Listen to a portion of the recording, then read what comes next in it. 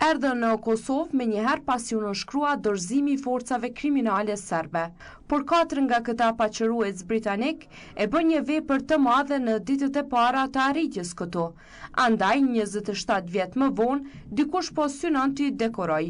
Janë këta Lane Laidlaw, Martin Calder, John Post dhe Gary Robertson, të cilëve gazeta The Mirror u apati dhënë epitetin e heronjve.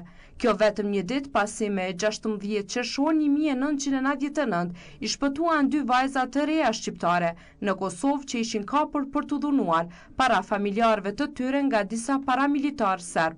Është aktivistja Katrina Kambere që përmes një postimi në X kërkoi gjetjen e këtyre ushtarëve dhe falënderimin për ta nga presidentja e Kosovës. Po arsyeja pse kam shpreh dëshirë me i ditë emrat e këtyre ushtarëve të Britanisë është sepse desha t'i publikoj që t'i dinte gjithë se kush janë këta heronj dhe njëkohësisht t'i bëj thirrje presidentës Vjosa Osmani që t'i ftonte në recepcion të ambasadës së Kosovës në Londër dhe t'i dekoroj me medaljen e nderit, pasi që mendoj njerëz të tillë meritojnë një dekorim të tillë.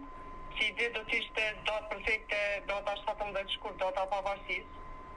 Mendoj që do të ishte mirë edhe për diplomacinë e Kosovës nëse do të bënim domethënë berime të tilla. Pas postimit të Kamberit ka komentuar deputetja britanike Alicia Kearns, e cila u zotua se do të përpiqet t'i gjejë, por shpejt u mësua identiteti i tyre. Shpejt dëshirë që do të mundohet t'i gjej emrat, po njëjtën kohë s'ka shku kohë shumë e gjatë dhe i kena gjetë nga disa komentues tjerë emrat e këtyre ushtarëve dhe i kam publiku po ashtu një postim më poshtë.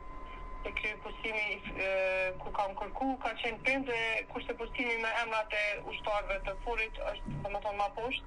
I kam cek me emrat të cilët janë këta dhe po ashtu i kam bërë thirrje presidentes kërkesën siç e ceka më herët për t'i nderu me medalje. Në luftën e viteve 1998-99 u vran mbi 13.000 civil shqiptar, u dhunuan seksualisht rreth 20.000 gra e burra, ndërkaq të pagjetur janë mbi 1.600 persona.